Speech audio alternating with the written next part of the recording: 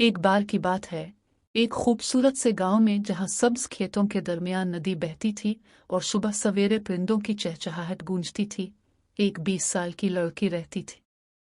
इसका नाम था आमना। आमना गांव की सबसे हंसी खुश लड़की थी। वो अपने अबू के साथ खेतों में काम करती, गाय भैंसों को चारा देती और शाम को नदी के किनारे बैठकर किताबें पढ़ा करती थी।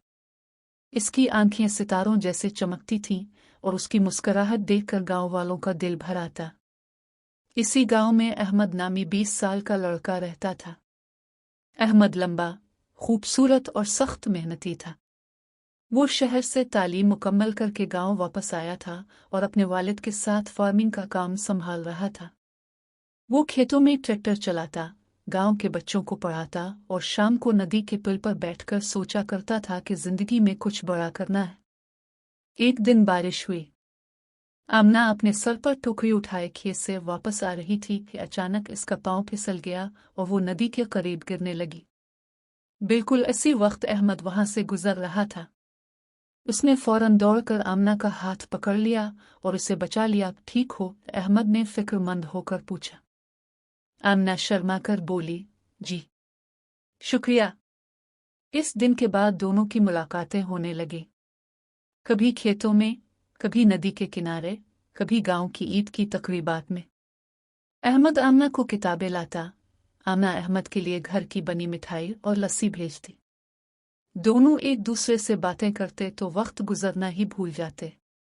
अहमद को आमना की सादगी और हिम्मत पसंद आई, जबकि आमना को अहमद की बात करने का अंदाज और ख्वाब देखने की सलाहियत बहुत अच्छी लगी। लेकिन गांव में बातें फैलने लगी। लोग कहने लगे, दोनों का रिश्ता अच्छा हो सकता है, मगर आमना के घर वाले कुछ ज्यादा रिवायती थे।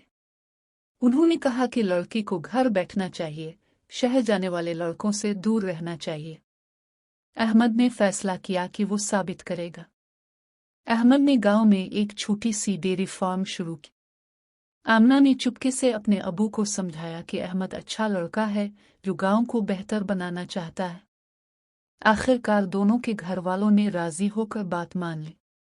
एक खूबसूरत सा दिन था जब गांव में बारात आई। आमना सुर्ख जूड़े में बहुत प्यारी लग रही थी और अहमद की आंखें खुशी से चमक रही थीं। दोनों ने नदी के किनारे वादा किया कि वो हमेशा एक दूसरे का साथ निभाएंगे, चाहे जिंदगी कितने भी मोड़ दे। और फिर वो दोनों खुश रहे, गांव को बेहतर बनाते हुए अपने प्यार और मेहनत से। कैसी लगी कहानी?